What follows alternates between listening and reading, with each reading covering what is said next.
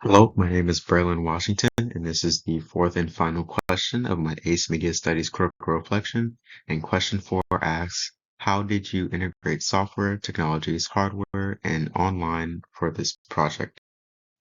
So looking at the technologies, sites, and equipment used in the development of my project, on the technology side of things, I relied heavily on my phone camera as the photo taking device, as I didn't have access to a high quality professional camera, and I had to also rely heavily on my composition and framing techniques that I've learned throughout the course to improve the quality of my images. I also had to rely on the public school laptops at my school, as well as my personal laptop.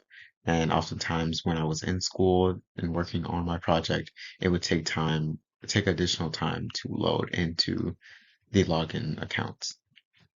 For the sites used, I used a site called photop.com as my editing website or editing software on which each component of my final product was created. This was the alternative to Photoshop as we didn't have access to Photoshop, and some there were some negative impacts and effects from Photop, such as the lag that it would often run into or freezing that I would experience on the site.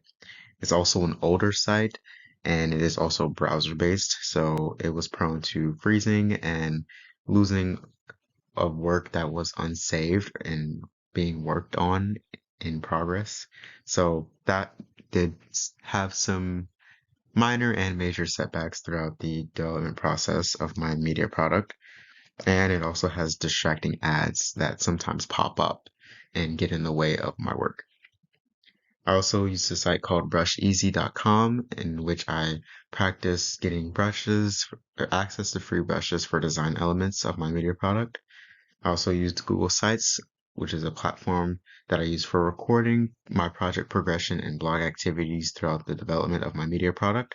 I also used thefont.com, which granted me free access to a variety of fonts, including the font of my masthead, the Philosopher font, and the font of my lead article on my magazine cover, the Lemon Milk font.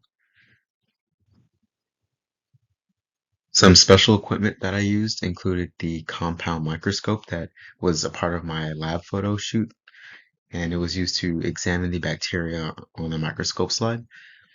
And I also used other lab equipment such as an incubator, petri dishes, flask, and micropipettes to grow the bacteria and set the experiment, as I had to do that in order to get those images of the bacteria under the microscope.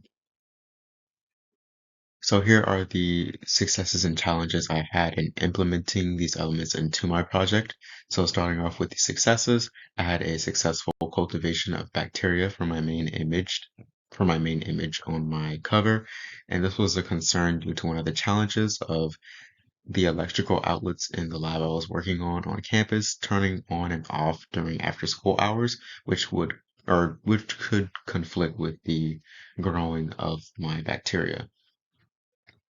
Another one of the successes was that I was granted access to the school lab and trusted without supervision, so I could take my photos and do the lab experiments on my own without much interference or anyone in the background.